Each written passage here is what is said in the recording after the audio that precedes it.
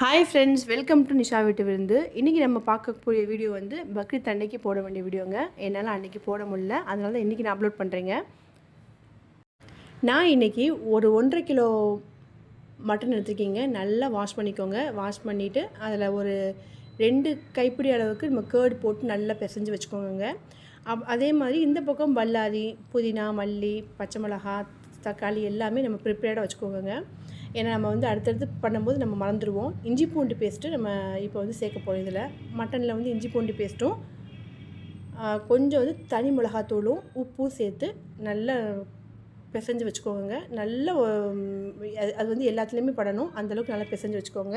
2-3 மல்லி இலை, புதினா இலையும் போட்டு நல்லா பிசைஞ்சு ஒரு அரை மணி நேரத்துக்கு ஊற வச்சுருங்க. அதை இந்த பக்கம் வந்து நம்மளுக்கு வந்து நான் இந்த உலக்கில் வந்து நம்ம 3 உலக்கு நான் வந்து எடுத்துருக்கேங்க. நீங்கள் எந்த உலக்கில் எடுக்கிறீங்களோ அதில் 1.5 உலக்கு தண்ணி வந்து நம்ம போடணுங்க.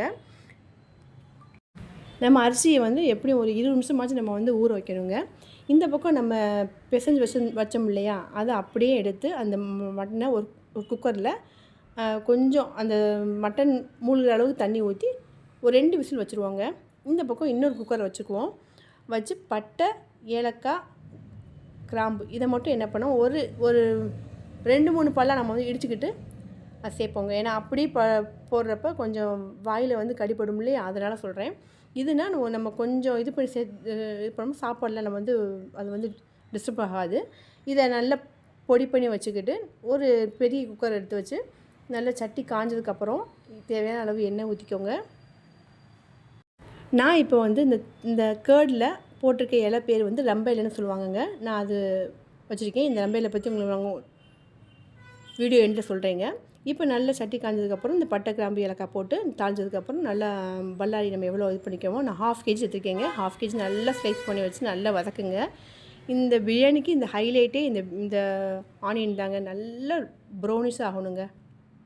நல்லா ப்ரௌன் கலர் ஆனதுக்கப்புறம் தான் நம்ம இஞ்சி பூண்டு பேஸ்ட் சேர்க்கணும். அந்த இஞ்சி பூண்டு பேஸ்ட் சேர்க்கும் போதும் அது நல்லா நம்ம வந்து நல்லா பெரட்டி விடணுங்க. அப்போ தான் அந்த எண்ணெய் திரிஞ்சு வர்றப்போ தான் நம்ம அடுத்த ஸ்டேஜில் தக்காளி போடணும்.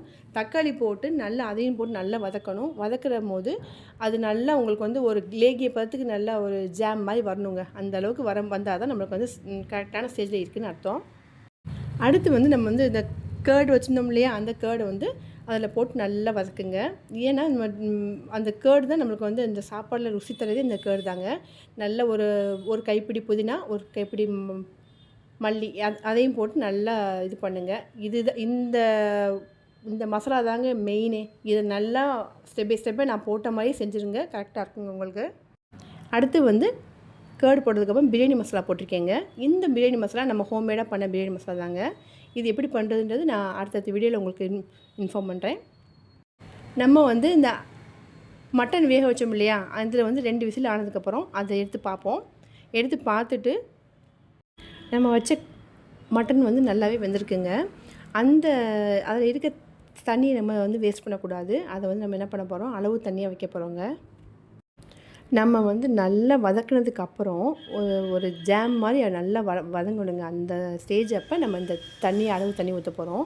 நான் வந்து இன்றைக்கி வந்து 3 உலக்கு எடுத்துருக்கேன்ல, அது 3 உலக்குன்றப்ப பார்த்துக்கோங்க, 4.5 உலக்கு தண்ணி ஊற்றிருக்கேங்க. ஒரு உலக்குக்கு 1.5 உலக்கு தண்ணி ஊற்றணுங்க. நீங்கள் எதில் மெஷர் பண்ணாலும் இதே தாங்க உங்களுக்கு அளவு.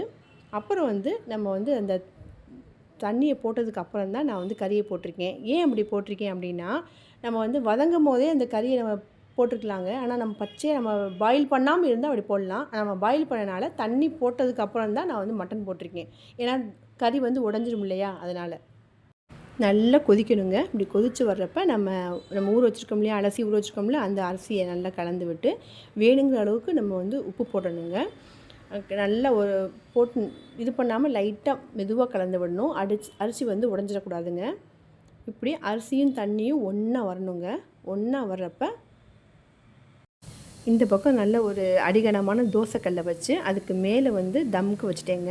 இந்த பக்கம் வந்து தயிர் வெங்காயத்துக்கு நான் வந்து சாப் பண்ணிகிட்ருக்கேங்க. நம்ம வந்து தயிர் வெங்காயத்துக்கு தேவையான கேர்டை இது பண்ணி உப்பு போட்டு கொஞ்சோண்டு மல்லி இலை போட்டு நல்லா மிக்ஸ் பண்ணி வச்சுக்கோங்க. முதல் நாள் நைட்டே வந்து நான் பாதாம் வந்து ஊற வச்சுருந்தேங்க. அந்த பாதாம் வந்து இப்போ நான் தோல் வந்து நீக்கிட்டுருக்கேங்க. இது வந்து நம்ம எப்பயுமே ஒரு காலையில் வந்து வெறும் வயித்துல நம்ம ஒரு 2, 3 எடுத்து சாப்பிட்டா ரொம்பவே நல்லதுங்க. ரொம்ப கால்சியம் இதில் நிறைய இருக்குது அப்படின்றாங்க. கண்டிப்பாக நீங்களுமே இதை எடுத்துக்கோங்க. நான் ஊருக்கு போயிருந்தேன் இல்லையாங்க, என்னோடய பாட்டிம்மா வீட்டுக்கு. அப்போ வந்து அங்கே வந்து ஃப்ரெஷ்ஷாக வந்து கிராமங்கள்லேருந்து வந்து சேல் பண்ணிட்டு இருந்தாங்கங்க. இந்த கத்திரிக்காயை பார்க்கும்போது ரொம்ப அவ்வளோ இதாக இருந்துச்சு. இது வந்து பிரண்டைங்க. எலும்புகளுக்கு பலம்னாலே அது பிரண்டை தான் பேர். இது வந்து ரம்ப இலைங்க. ரம்ப இலைனாலே அங்கே ரம்ப இலை இல்லாத பிரியாணியே இல்லைன்னு சொல்லுவாங்க.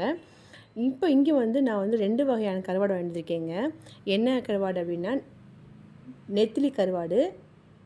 ரொம்ப மாதங்கள் ஆச்சுங்க இது சாப்பிட்டு நான். அது இப்போ ஃப்ரெஷ்ஷாக கிடச்சதுனால நான் இதை வாங்கிட்டு வந்திருக்கேன். இன்னொரு கருவாடு வந்து கூனி கருவாடுன்னு சொல்லுவாங்கங்க. இதுவே நான் சாப்பிட்டு ரொம்ப வருஷங்கள் ஆச்சுன்னே சொல்லுவேன். ஏன்னா இது ரொம்ப நாளாகவே எனக்கு வந்து கிடைக்கல. இப்போ நான் வந்து என்னோடய சின்னம்மா கூட நான் வந்து மார்க்கெட் போனப்போ ரொம்ப ஃப்ரெஷ்ஷாக கிடச்சிச்சுங்க. அதனால் வாங்கிட்டு வந்தேங்க. இப்போ வந்து நம்ம தம்க்கு வச்சுருந்தோம் இல்லையா, அந்த பிரியாணி வந்து எப்படி இருக்குன்றதை நம்ம பார்க்கலாமா? இதை வந்து நம்ம வந்து தம்க்கு வச்சு ஒரு 20 நிமிஷம் ஆச்சுலங்க. இப்போ நம்ம ஓப்பன் பண்ணி பார்ப்போம்.